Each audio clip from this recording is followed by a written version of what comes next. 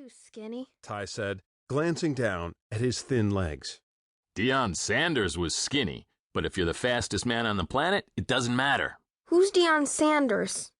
Coach V stopped and looked at him, then shook his head and said, You're too young.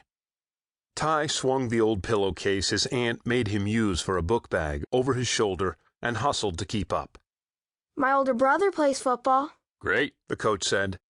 He swung open the locker room door and banged his palm on one of the old metal lockers. Get your gym clothes on and get outside. It's Syracuse, Ty said, setting his pillowcase full of books down on the scarred wooden bench. Coach V froze and whipped off his sunglasses as he spun around. Not Tiger Lewis. Uh-huh. The Tiger Lewis? That's your brother? His real name is Thane. They just call him Tiger. How come you never said? Ty shrugged and searched for the right answer. In truth, he kept his older brother a secret because he already got picked on enough for being the new kid at school. Picked on for reading all the time, his glasses, the musty pillowcase he used to carry his books, his canvas grocery store sneakers, and his skinny legs. He imagined that if he claimed Tiger Lewis for his brother, the kids would either refuse to believe him or they would point out how pitiful he was compared to his all-American brother, the football hero.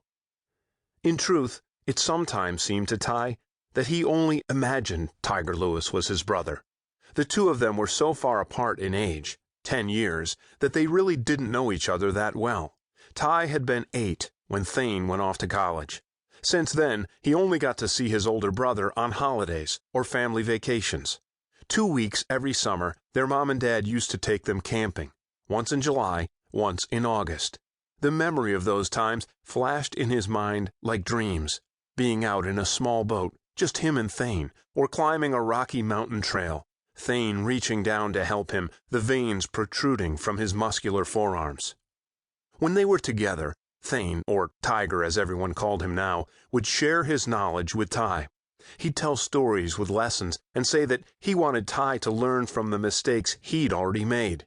Thane's nuggets of wisdom would come back to Ty at random moments, crashing through his consciousness like a loud commercial in the middle of a television program. When they did, Ty would lose himself for a moment, as if in a trance. One of those memories came back to him now.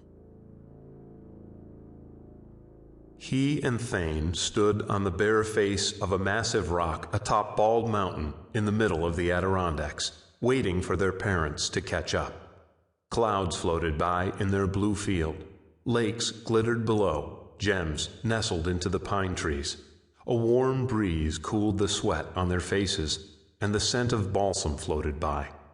They had been talking about a book Thane gave him, where a boy raised by a witch got picked on.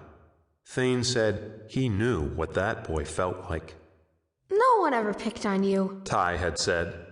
That what you think? Thane asked him, squinting his eyes into the sun and pointing to a golden eagle. Look at you. You'd kill anyone who picked on you. Think again, Thane said, glancing at him. I got like this lifting weights. I had legs skinnier than you. Glasses, zits on my face, always reading books. Yeah, they got me. Dumped my books, gum on my chair, all that. What happened? Thane shrugged and said, Then I found the game. Football? There's only one. Hey, Coach V said, shaking Ty by the shoulder. You okay? Huh? Coach V wrinkled his brow, raised one eyebrow, and pointed toward the door. You do that on the field and you'll get your clock cleaned. Hurry up. Coach V turned without waiting and banged open the locker room door, disappearing into the warm afternoon sunlight. Ty flung open his locker and tore off his clothes. He threw on his gym shirt and shorts, stiff and ripe from 2-day-old dried sweat. One of the other things he remembered Thane telling him was to tie his shoes tight before any contest. Easy to remember, Thane said one day, before all the bad things happened. That's your name. Don't forget to tie, Ty.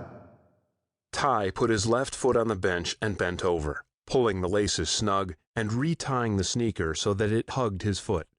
He switched feet, but when he tugged on the ratty gray laces